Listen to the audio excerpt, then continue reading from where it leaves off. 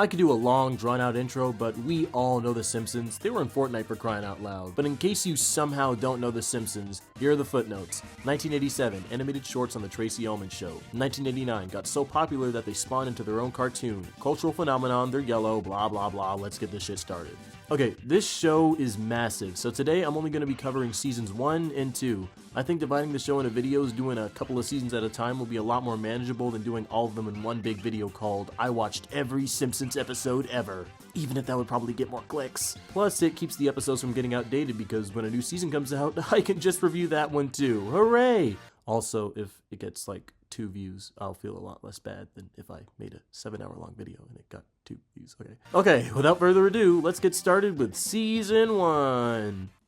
Episode 1 is Simpsons roasting on an open fire. In our first episode, we see a classic Simpsons plotline, money troubles. Bart got a tattoo for Christmas that the family spends the Christmas money removing, and Homer didn't get a Christmas bonus at work, which means there's no Christmas funds. If I say Christmas again, I might explode. This is maybe my 5th time seeing this episode, and it took me until now to realize this episode is actually pretty funny. I'm not saying it's laugh out loud hilarious, but the little one-liners made me chuckle. I'm also surprised by how much is already here in the first episode. In the Tracy Ullman shorts, there were a few Simpsons mainstays, but in this episode alone, we have the debut of Marge's sisters, Patty and Selma, Homer's dad, Abe, Barney the town drunk, Moe the bartender, Bart's best friend Milhouse, Homer's neighbor, Ned Flanders, and one of his sons, Rod or Todd, I don't know which one. The principal of Bart and Lisa's elementary school, Principal Skinner, some students, Ralph Wiggum, Lewis, and Sherry and Terry, and the music teacher, Mr. Largo. It was just so cool seeing everyone here so early, and most people's personalities are pretty similar to their later show counterparts. Anyways, without any money for the family, Homer doesn't want to ruin Christmas, so he takes up a job as a mall Santa, only to get a paycheck of $13 for a whole night of work, which seems illegal, which he gambles away at the dog races to try to get more money, which is illegal. He takes pity on the losing dog that he bet on, Santa's little helper, and takes him home to the family, and everyone's happy at the end. It's a sweet Christmas special, and it gets you up to speed on the family members' personalities. Homer's the short-tempered but well-meaning father, Marge is the sweet, caring mother, Lisa's the intellectual but still very childish daughter, Bart's the bad kid with a heart of gold, and Maggie's the baby that doesn't talk. All in all, pretty good first episode. 7 out of 10. Episode 2 is Bart the Genius. It's our first time getting the Simpsons theme, if you don't count the little motif at the end of last episode, and it's great. One of the best TV show theme songs of all time in my opinion. It's cool seeing this early version of it, with Bart taking the bus stop and Lisa riding her bike, which gets phased out pretty quickly and replaced with shots of side characters. We also get our first couch gag. At the beginning of every episode at the end of the theme song, the Simpsons family all scramble to sit on the couch before the credits appear on the TV. Eventually, these couch gags are going to get wild, spanning multiple minutes, having guest animators, and even crossing over with different TV shows and franchises. But for now, we're at pretty humble beginnings. In this episode, Bart cheats on his aptitude test and is declared a genius and gets moved to a school for gifted kids. This episode's alright. Martin is such a little asshole in this episode. There were like 4 times here I wanted to punch him in the face, which I know was the point, but even then, holy shit. Bart and Homer's bond in this one is sweet. The way Homer treats him when he thinks Bart's a genius kinda tugs at the heartstrings, not gonna lie. Sadly though, I don't think this episode pushes the concept enough to do much for me. The other kids make fun of Bart for being dumb, and after a failed chemistry experiment, Bart gives up on the lie and that's kinda it. I like the ending though. Homer's animation when he's banging on Bart's door is really good. We get the introduction of Martin and his parents, Bart's teacher, Mrs. Krabappel, Dr. Pryor, and Richard. 7 out of 10. Episode 3 is Homer's Odyssey. There's some obligatory talking points that by law as a Simpsons reviewer I have to go over when reviewing Homer's Odyssey. So here we go. Wow, isn't it crazy that Homer tried to kill himself in the 3rd episode? Isn't it funny that Smithers is black this one time and never again? Wow, how insightful. Okay, now that that's out of the way, let me talk about this episode. It's dog shit. I swear this show's good, it just takes a sec. In this episode, Homer gets fired from his job at the power plant and becomes an activist because when his family tries to stop him from killing themselves, they almost get run over and killed themselves. Cool. This episode's biggest sin is that it's just not that entertaining. After Bart's field trip, Homer gets fired, lounges around, tries to kill himself, and spends the second half of the episode being an activist, which is very hilarious, I can assure you. Sorry for being so negative off the bat, this obviously isn't the worst episode ever, but I never need to rewatch it again, it's such a huge waste of time. Mr. Burns gets his first on-screen role, but his personality is so watered down and normal. I prefer a wacky supervillain who just happens to be Homer's boss, Mr. Burns, than whatever we have going on here. This episode's most notable contribution to the show is that it gave Homer his permanent series job of safety inspector for the power plant at the end. Not a good one. Some character introductions we got here were Otto the bus driver, Police Chief Wiggum, Jasper, and Mr. and Mrs. Winfield. 4 out of 10. Episode 4 is There's No Disgrace Like Home. After the Simpsons act out at Mr. Burns' work picnic, Homer starts becoming really self-conscious about how his family looks compared to other families, culminating in the family eventually getting electroshock therapy given by Dr. Marvin Monroe. Again, I don't love this one. There's definitely more jokes I like than the last one, but it's just kind of miserable to watch. The rest of the family are just vibing and being themselves the whole episode, while Homer just insults them the entire runtime, which makes him look like an asshole and the rest of the family just look like the normal ones. He also said this line about how his mother said she thinks he's a disappointment, which is 100% not something his mother would say about him when we find out more about her later on. I know they couldn't have possibly anticipated what they were going to write 6 years later, so I'm not really faulting them for that, just noticing it. Sadly, I wasn't a big fan of this episode. We got the introduction of 2 police officers, Eddie and Lou, which was honestly the best part. By the way, I know it might seem annoying that I'm making note of whenever new characters show up, but this cast is huge, and all of these characters appear sporadically throughout the show, so I might as well get their introductions out of the way in their first appearances. I'm obviously gonna miss some or might get the episode they appeared in first wrong, but I'm going off my eyes and 2 different Simpsons wikis. If I miss a character, they must be very, very forgettable and not matter at all. Okay, back to the video. 5 out of 10. Season 1, Episode 5 is Bart the General. After a few duds, we've come to what I consider to be the best episode of the season. I don't see how anything else could top it. Springfield Elementary's bully Nelson Muntz is targeting Bart after he defended Lisa, so Grandpa and Herman, the owner of the military antique store, help him devise a plan to take down his bully. One of the reasons this episode is so good is because it's a very satisfying narrative. There's no B-story or cutaways, just beginning, middle, and end. Bart gets bullied, he trains all the kids in the neighborhood in an actually pretty funny Full Metal Jacket parody, and they defeat Nelson. I love this one. It's one of my favorite episodes in the whole show. These grown men tying up a child and making him sign a peace treaty and how respectful Nelson is to Marge afterwards is really hilarious. I'd recommend checking this one out. It's a lot of fun. Also, in this episode, Nelson has 2 little henchmen that I don't think ever appear again besides a quick joke in like season 20-something where he's like, "Remember when I had 2 henchmen?" I don't know, sorry for pointing out all this stuff that changes later on. I just think as a person with a lot of Simpsons knowledge, it's really fun seeing what stays and what doesn't. And in a few episodes' time, the show swiftly replaces those 2 pretty forgettable guys with Springfield's iconic bully trio, so it was all for the best in the end. 9 out of 10. Episode 6 is Moaning Lisa. In this episode, Lisa's feeling sad and the family doesn't know how to cheer her up. Meanwhile, Homer tries to get better at Bart in a boxing video game.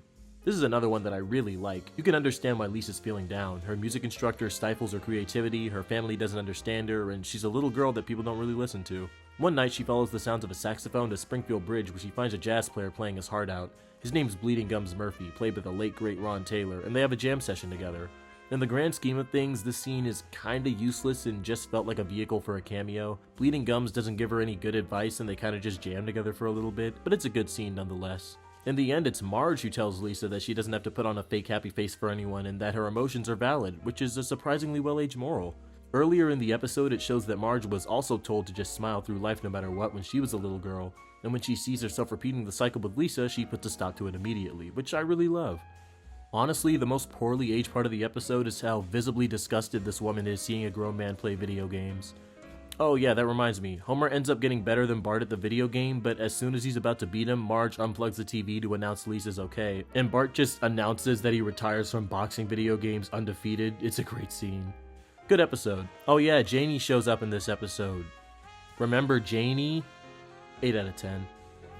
Episode 7 is Call of the Simpsons. The Simpsons go outdoorsing in an RV, but Bart and Homer get lost, and Maggie befriends bears. This episode isn't my favorite, but it's okay. Halfway through the episode becomes about the media thinking Homer is Bigfoot, and while the jokes are actually pretty funny, it was really out of left field. Not my favorite episode, but it's not bad. I like the Albert Brooks car dealer at the start. 6 out of 10. Episode 8 is The Telltale Head. As promised earlier, we get introduced to Springfield's trio of bullies in this episode. Jimbo, Dolph, and Kearney, who will soon be paired with Nelson a lot. Bart hangs out with them and wants them to think he's cool, so he decapitates the statue of Springfield. That's the city, town, county, I don't know, it's inconsistent that the Simpsons live in, but anyways, he chops down the statue of Springfield's town founder, Jebediah Springfield, which ends up backfiring, making the whole town, including the bullies, want to kill him. This is a fairly simple episode, but it's good, I like it. Not much to say about it. We get the first appearances of Krusty the Clown, Sideshow Bob, Reverend Lovejoy, Apu, and Mrs. Albright. Remember Mrs. Albright? 7 out of 10. Episode 9 is Life in the Fast Lane. This episode is apparently Matt Groening, the creator of The Simpsons, favorite episode in the whole show, so let's see if Mr. Epstein Flight Logs knows what he's talking about. Homer selfishly gives Marge a bowling ball for her 34th birthday, thinking that she just won't use it and he'll get to have fun with it. But just to spite him, Marge goes to the bowling alley for the first time and plays. I just want to point out how assholish this whole situation was. Homer not only got his name engraved on the ball, he made it specifically to fit his fingers, so I don't blame Marge for being pissed. While at the bowling alley, Marge meets a man named Jacques who's really horny for her, and she ends up seeing him for bowling lessons and brunch a lot, leaving the family kinda neglected and Homer miserable. This isn't the first time that the show's gonna do the plot. Marge gets a hobby/addiction and neglects the family, and out of all of them, I give this one a 2 out of 10, not enough neglect. Another pretty good one. This is the first appearance of the Reverend's wife, Helen Lovejoy, and Homer's friend and co-worker, Lenny. We love Lenny. 7 out of 10. Episode 10 is Homer's Night Out. Bart takes a picture of Homer at a bachelor party dancing with a stripper, so Marge kicks him out of the house, and she won't let him back until he teaches Bart that women aren't just objects. This episode's pretty good.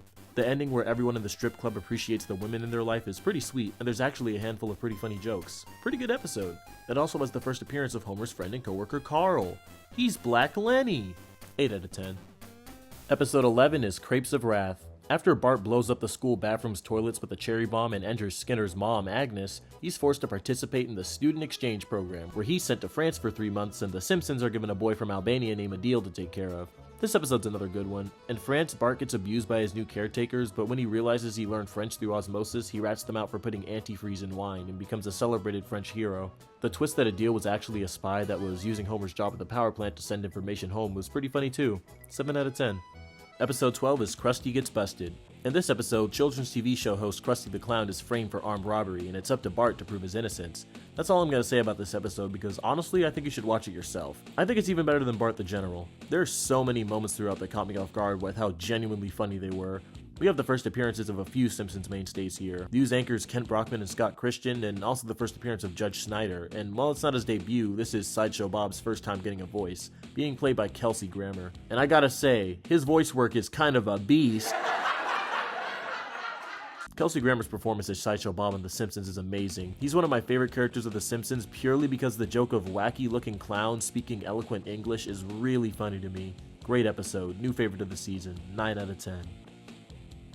Episode 13 and the season finale is Some Enchanted Evening. Here's a fun fact about this episode that's common Simpsons fan knowledge, but you might not know. It was supposed to be the show's first episode. It was the first episode produced, but the animation was apparently, and this is a real quote, shit. There were arguments back and forth over how cartoony the show should be animated, and how the problems weren't the animation, it was actually the writing and the directing, and eventually they just decided to reanimate most of the episode with new direction. I said most though, not all, so often in this episode you'll go from a pretty well animated, nicely drawn shot to, as James L. Brooks put it, shit. There were also some timeline inconsistencies. Since this was supposed to be the first episode instead of the Christmas one, there's no Santa's Little Helper because the family hadn't adopted him yet, which is something I actually never noticed before. Barney's hair is also back to being yellow, despite it being brown just a few episodes ago. Oh yeah, about this episode, it's not great. I think the writing for the show got sharper as the season went on, and this being an earlier episode, technically, I don't think it's as funny. Marge thinks Homer doesn't love her enough, so he takes her out on a date while the kids are watched by a babysitter who happens to be a robber. Not a stellar finale if I'm being honest. 4 out of 10.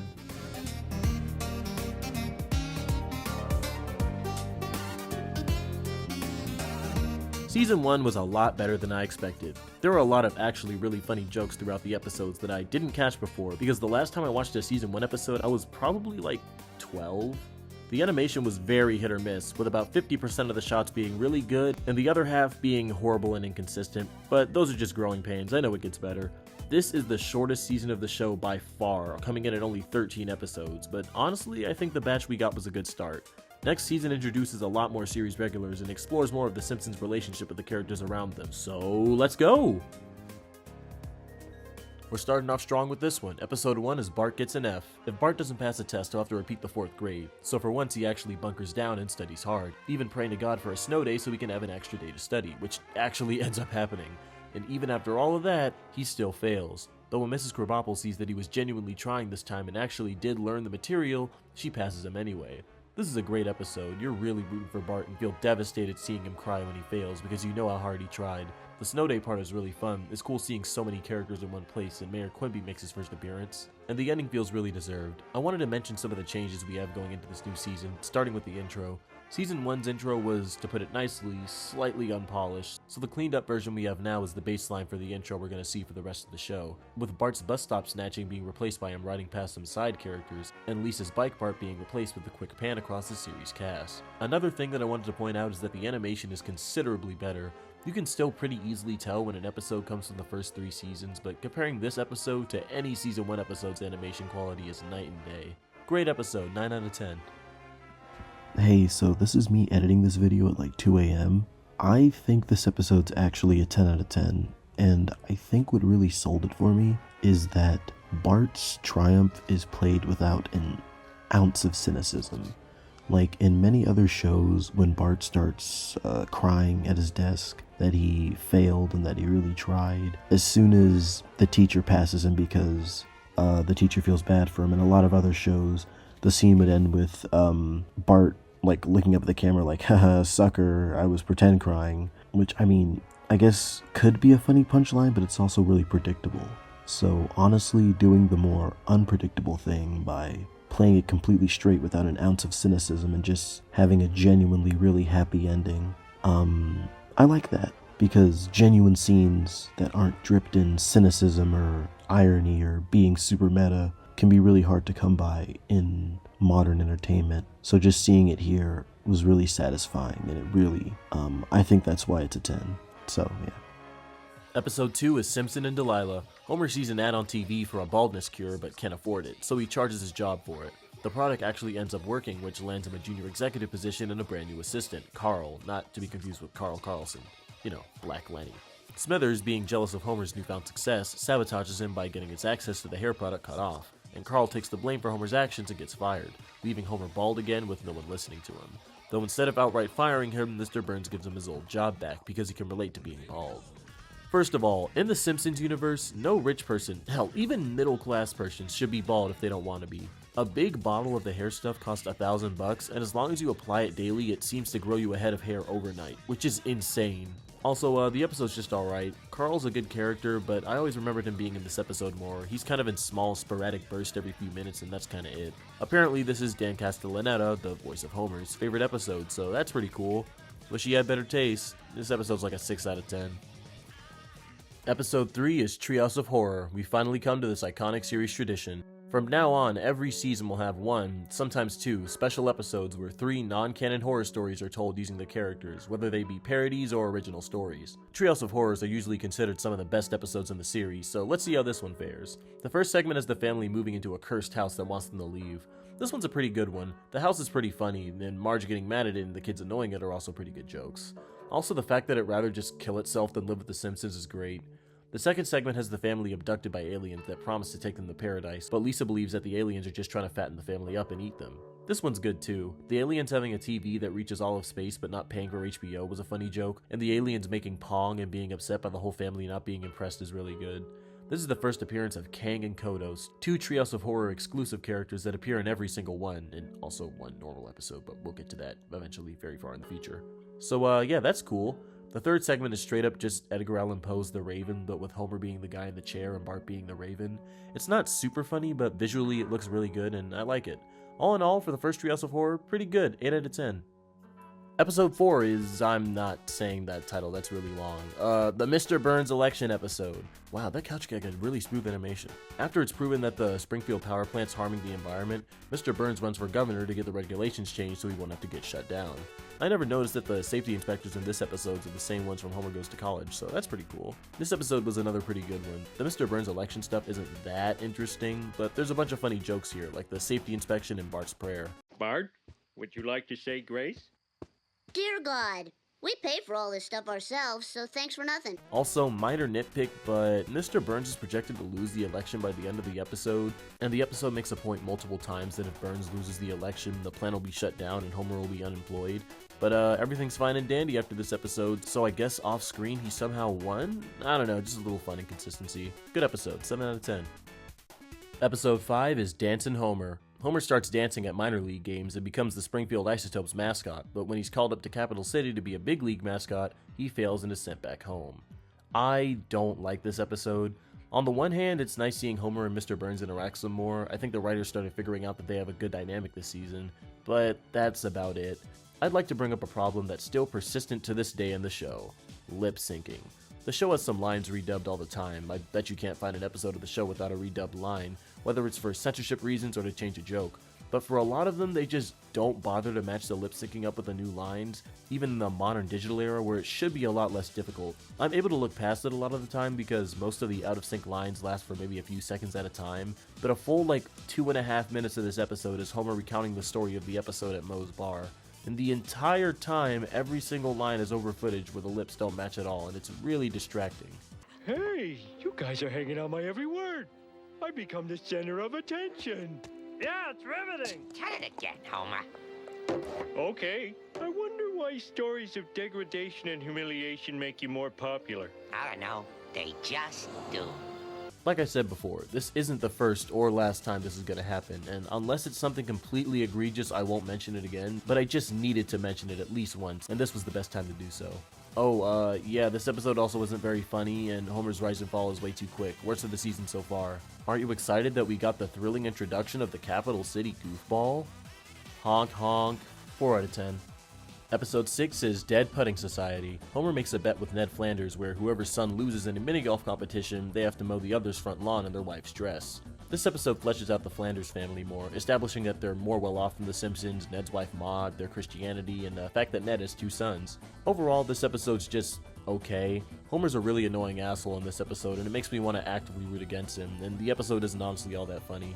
Though the fact that Bart and Todd decide that the competition is lame so they both quit because they don't care was the funniest part of the episode. Same with Homer making Bart give the putter a name. Come on, give it a name. Mr. Putter. Oh, you want to try a little harder, son? Come on, give it a girl's name. Mom. 5 out of 10. Episode 7 is Bart vs. Thanksgiving. Bart ruins Lisa's Thanksgiving centerpiece, and instead of apologizing, he goes on the run all day. This episode's another one that's just okay. Bart's interactions with the homeless people and his apology to Lisa are pretty sweet, but this is another one that just isn't that funny, minus the pilgrim joke, obviously. What did that mean? Did what I say make sense? Well, no, not really, Bill. Boy, now I know how the pilgrims felt. What are you talking about, Bill? The most notable thing about this episode is that it's the first on-screen appearance of Marge's mom. Oh yeah, and Bill and Marty. 5 out of 10. Episode 8 is Bart the Daredevil. You can definitely tell Bart Mania was in full swing around this time. He's gotten the most attention this season by far. After seeing an Evel Knievel like Daredevil do a motorcycle stunt, Bart becomes addicted to doing stunts on his skateboard, eventually culminating in him wanting to jump Springfield's version of the Grand Canyon, Springfield Gorge. This episode's fine. It's definitely better than the last 2, but it's still nothing special. It's the first appearance of Dr. Hibbert, and the joke of the ambulance that rescues Homer from the gorge crashing and him falling back down was pretty funny, but that's pretty much it. Though I will say, it's really fun seeing this world get more filled in. In one of the driving scenes, you see Smithers pass by in his car, even though he has nothing to do with this episode. And in the scenes with a lot of kids, it's not all just anonymous children anymore. There's recurring kids like Nelson, Milhouse, Sherry, and Terry, and we've even been getting a bit more Otto. 6 out of 10. Episode 9 is Itchy and Scratchy vs. Marge. In this episode, Marge realizes that Bart and Lisa's favorite cartoon, Itchy and Scratchy, is really violent and goes on a crusade to sanitize it. But when Michelangelo's David is brought to Springfield and there's a crusade against that because the sculpture has a dick, she realizes that just censoring everything isn't good. This isn't the first time that Itchy and Scratchy have appeared on the show, but this is their first big focus, and it won't be their last. Whenever the show wants to do some commentary about the animation industry, mainly Disney, they use Itchy and Scratchy as a stand-in, with Roger Meyer Jr. being the company's CEO. Also, sometimes when an episode's running a little short or the show needs a transition to another scene, they'll play an Itchy and Scratchy episode snippet, with there being like 2 hours worth of Itchy and Scratchy content over the course of the show. Sideshow Mel also appears for the first time. We love Sideshow Mel. This episode's not bad. It gets its message across well, and it can be pretty funny. Itchy and Scratchy related episodes are consistently really good, and this sets a good precedent. 7 out of 10. Your Honor, my client has instructed me to remind the court how rich and important he is, and that he is not like other men. I should be able to run over as many kids as I want. Episode 10 is Bart gets hit by a car. Mr. Burns hits Bart with his car, so the Simpsons try to sue him for $1 million. This is one of the most infuriating episodes in the whole show. Let's get the good out of the way first. This episode introduces 2 of the funniest Simpsons characters in the entire show. The sketchy doctor, Dr. Nick, and the sleazy lawyer played amazingly by the late great Phil Hartman, Lionel Hutz. The writing on those 2 is always so sharp, witty, and funny, and this episode's no exception. They're definitely the highlight. With all due respect, Mrs. Simpson, you're not a doctor. The boy's not a doctor. I'm not a doctor. The only person in this room who even comes close is this man. Stop! You're embarrassing me. This episode as a whole is pretty funny, with a lot of good bits, like Bart in hell or Mr. Burns very obviously lying in court. The infuriating part of this episode is Marge.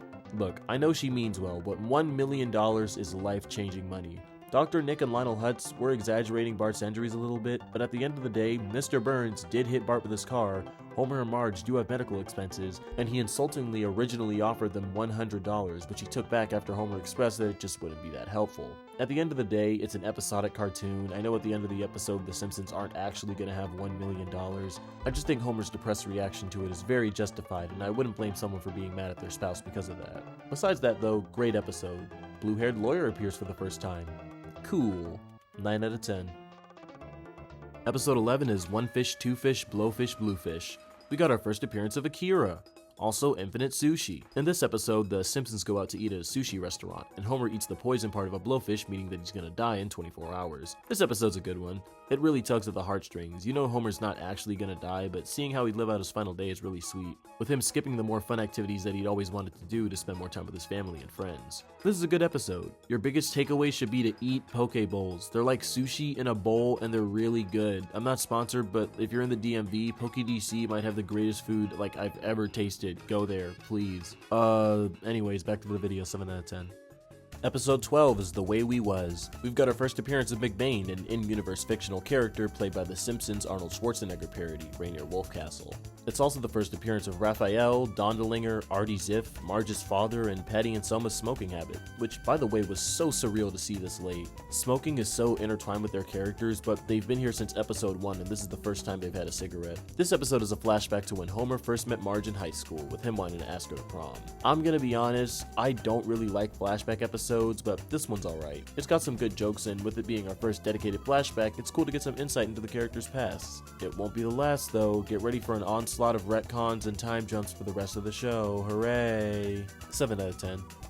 Episode 13 is Homer vs. Lisa vs. the 8th Commandment. Homer decides to steal cable, and after Lisa learns that stealing is wrong in church, she thinks her family's going to hell. Drederick Tatum, the Simpsons Mike Tyson parody, makes his first appearance, but more importantly, this episode is the first appearance of Phil Hartman's other Simpsons character, Troy McClure, a slightly washed-up actor who's the host of a lot of TV shows, and one of the funniest characters in the entire show.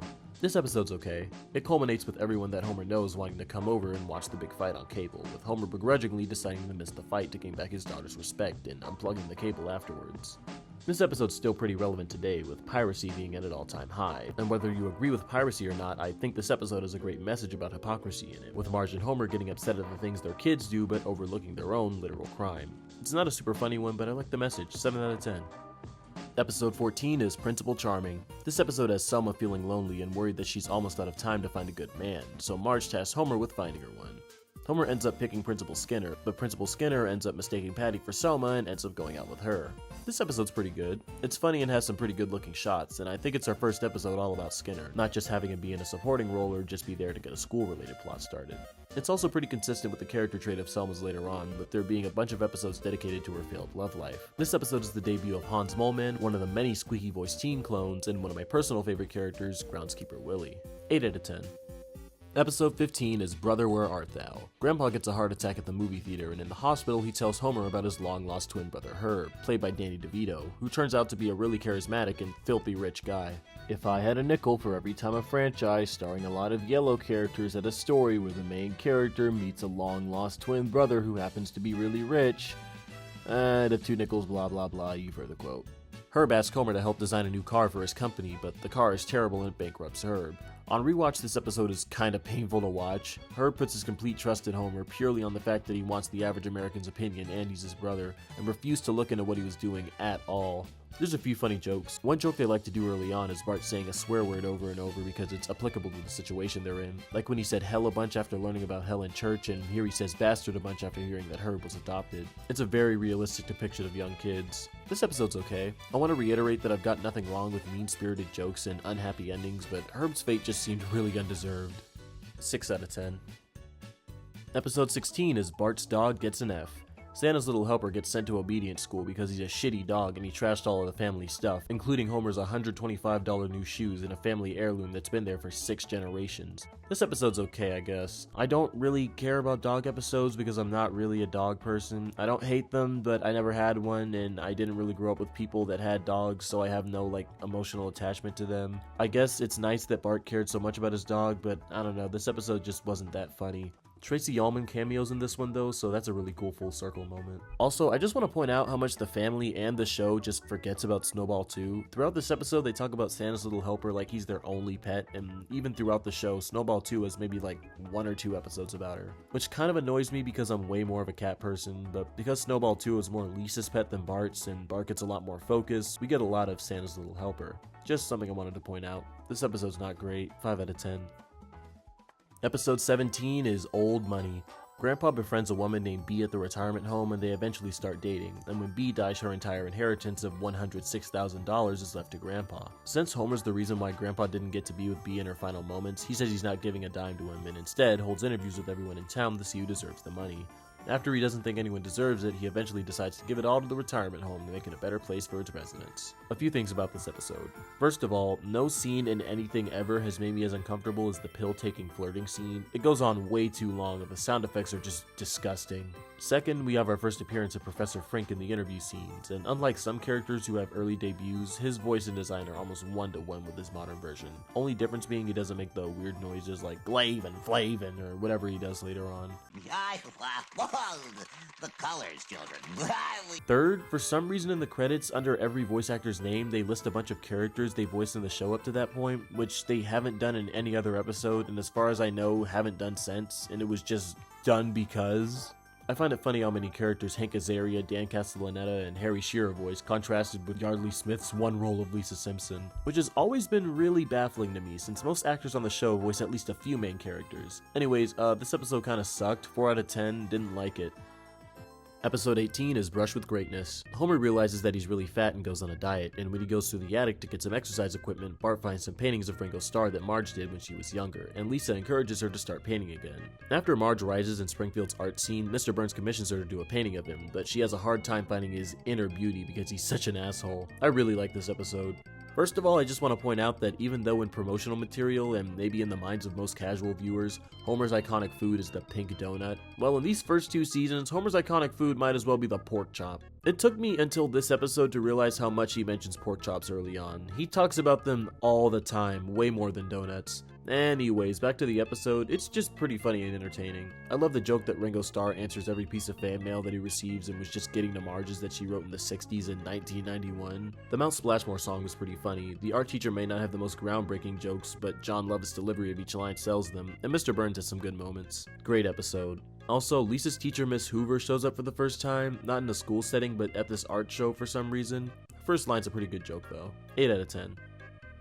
Episode 19 is Lisa's Substitute. Lisa's sub is one of the most agreed upon good episodes of the show by the fanbase. Lisa gets a sub played by Dustin Hoffman who actually nurtures her intelligence, and when he eventually has to leave, he gives her a handwritten note that says, "You are Lisa Simpson." I don't have much to say about this one besides it's really funny and Dustin Hoffman is a pretty great voice actor. Though if I had to complain about one thing, I think the episode goes on a bit too long. I don't know, still good, 8 out of 10.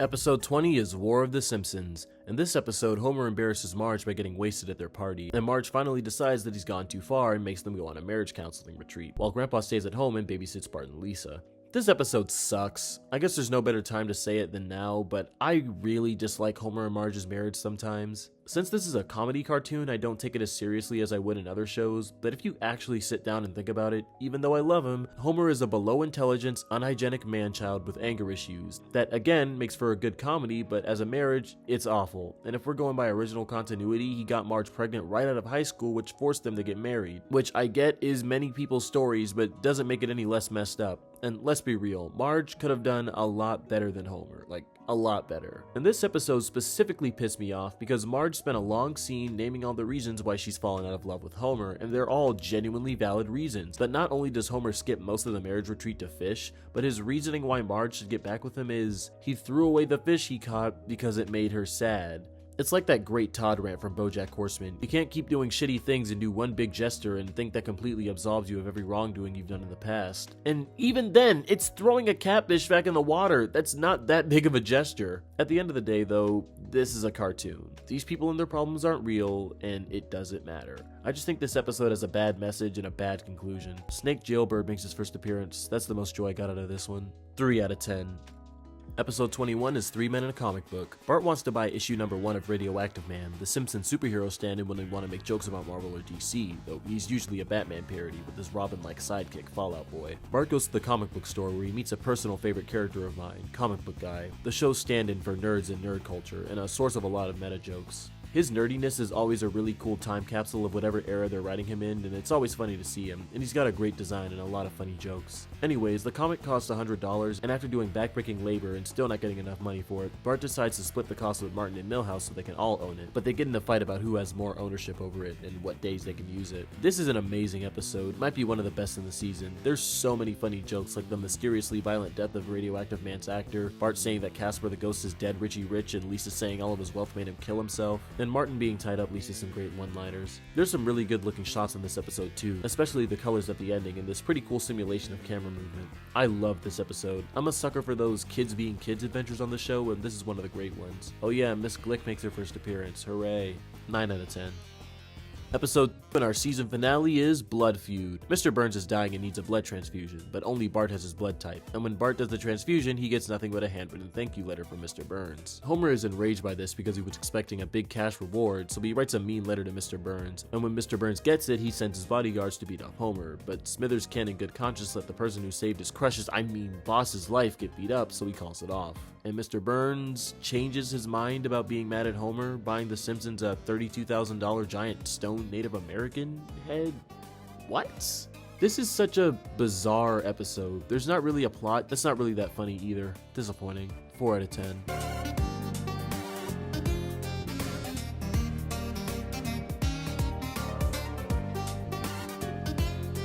I was slightly disappointed with season 2. This is by no means a bad season of television, but I expected the jump between seasons 1 and 2 to be night and day, but aside from the animation, it was honestly around the same quality, if not a bit worse. Season 2 has a huge handful of episodes I dislike, way more than Season 1. I realize that having almost double the episode count means way more opportunities for the show to mess up, but I was honestly baffled by the number of episodes I straight up didn't like. And as a whole, I don't think this is necessarily a great season of television, just a pretty average season with some gems sprinkled in.